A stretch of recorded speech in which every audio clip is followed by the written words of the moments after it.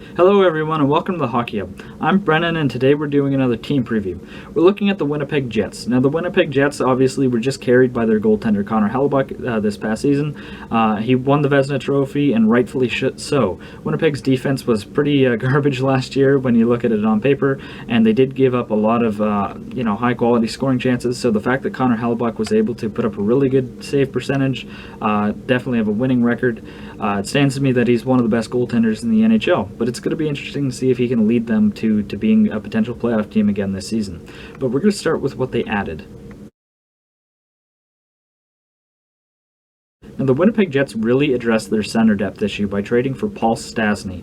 Now, Stastny obviously had a brief stint with Winnipeg back in the 2017-2018 season, and he fit in really well as a second-line center there. He's got natural chemistry with Nikolai Ehlers and Patrik Laine, and I think that Stastny was a very good pickup, especially since they only had to give up a couple of depth pieces to get him. Because Vegas just wanted to clear salary, but for Winnipeg, a team that actually had quite a bit of cap space, this is a really good pickup for 1 year, and Stastny probably serves as a really good stopgap until Cole Perfetti is ready to take on that role.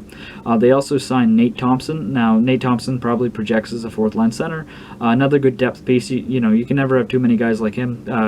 Great on the penalty kill, really good face-off man, and all around is a pretty valuable fourth-liner. They also signed Derek Forbort. To me, Forbort is nothing more than probably a bottom-pairing defender.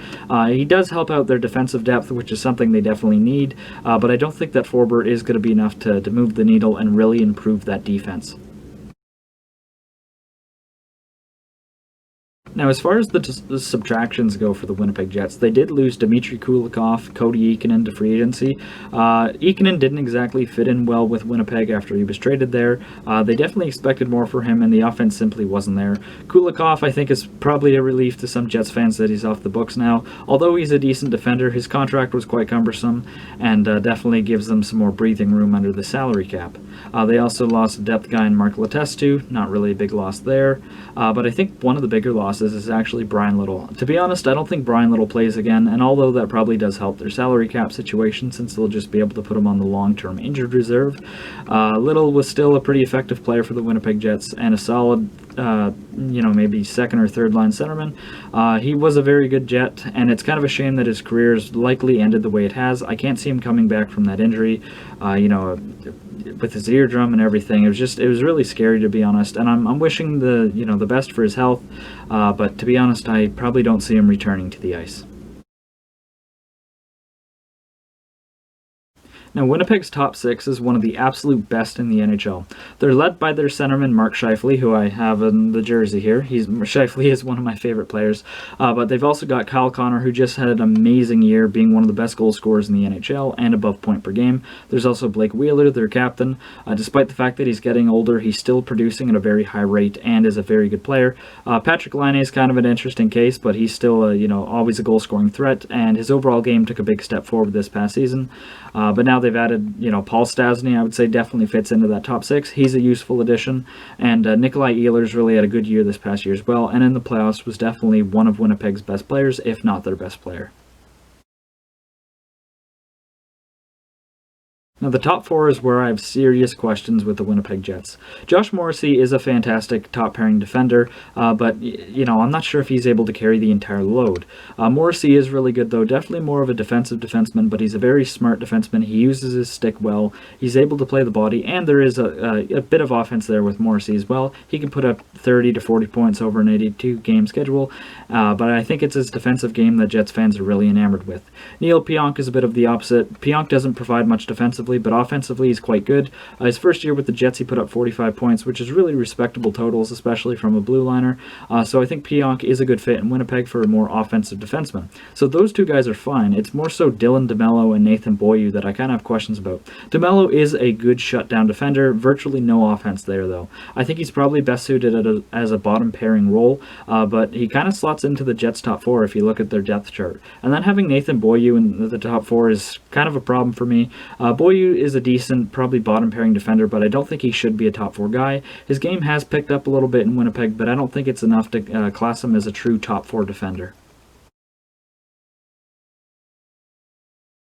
As far as Winnipeg's goaltending goes, Connor Hellyebuck is one of, if not the best goaltenders in the NHL.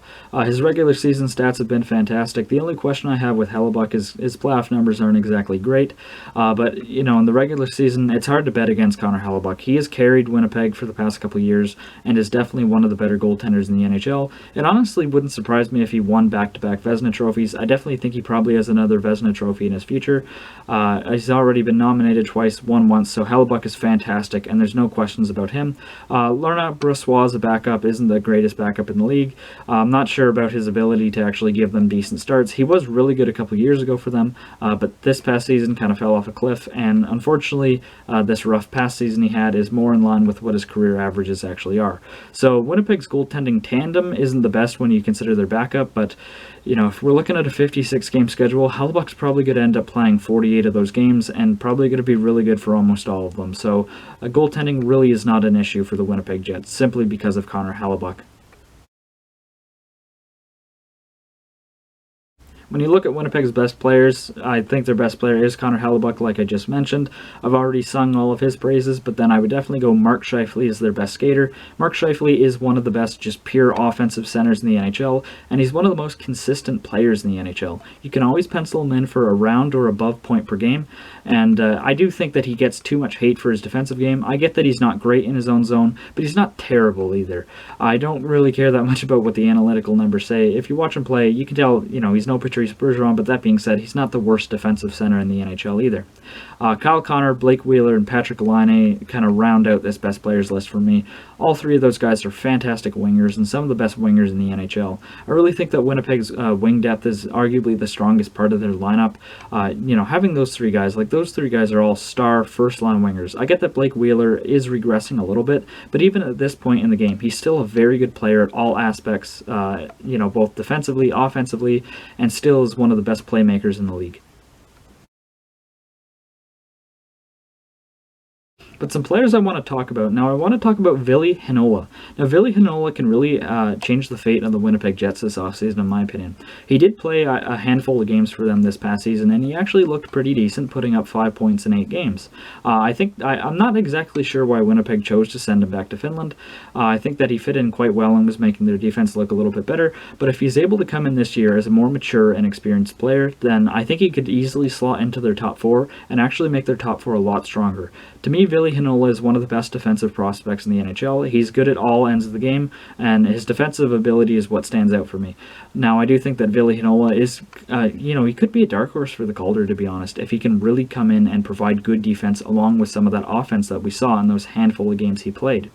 Now, another young potential star in the future I have for Winnipeg would be Cole Perfetti. I don't think that Perfetti plays this year, but he probably does play next season. Now, if Perfetti can come in and be that second-line center behind Mark Scheifele, Winnipeg could have one of the best 1-2 punches at center in the entire NHL. Perfetti's hockey IQ is, it's off the charts. He's such a talented player. He's got such great hands. The only thing that holds Perfetti back a little bit is his skating, but that's something that can be worked on, as we've seen with the likes of Mark Stone. So I do think that Perfetti is going to be probably a star centerman in the NHL, and Winnipeg definitely got a steal with that 10th overall pick. But then I want to get into Paul Stastny again. Now, Stastny, I already talked about what he's going to bring to the Winnipeg Jets, but I wonder if he's actually going to be able to re-sign in Winnipeg for a couple more years. He has said that he's excited to go back to Winnipeg and that, he enjoyed his time there and he's looking forward to playing there again. So I'm wondering if this is just going to be a one-year thing and then maybe Winnipeg is struggling to find a second-line center again if Perfetti isn't ready. But I think that maybe signing Stastny to a one-year extension might be a good thing for the Winnipeg Jets. He fits in really well in Winnipeg, and I think should have a nice home there for the next, maybe 2 or 3 years. Stastny's overall game is still quite good, and he can probably still play at this level for the next 2 or 3 years. Now, as far as the category goes for the Winnipeg Jets, I would have to put them in the bubble category. I do think that Winnipeg is a very good roster, but the only problem for me is that defense. I think their goaltending is great, I think their forward core is great, but that defense is so lackluster that I'm not sure if they're going to be able to make it in the Canadian division. I think that they probably end up making the playoffs and finishing top 4, but I'd like to see them add some defensive help first, though. If they're even able to add one blue liner like a Sami Vatanen or maybe a Travis Hamonic, I think that could really make their roster look a lot better, and that would probably bump them up to a contender. They're really close to being a contender for me. I do like the makeup of the roster. I do like their star power, but it's the defense that holds them back. But that does it for today's video. I appreciate you guys watching till the end. Please leave a like, comment, subscribe if you haven't already, and I will see you guys later. Bye for now.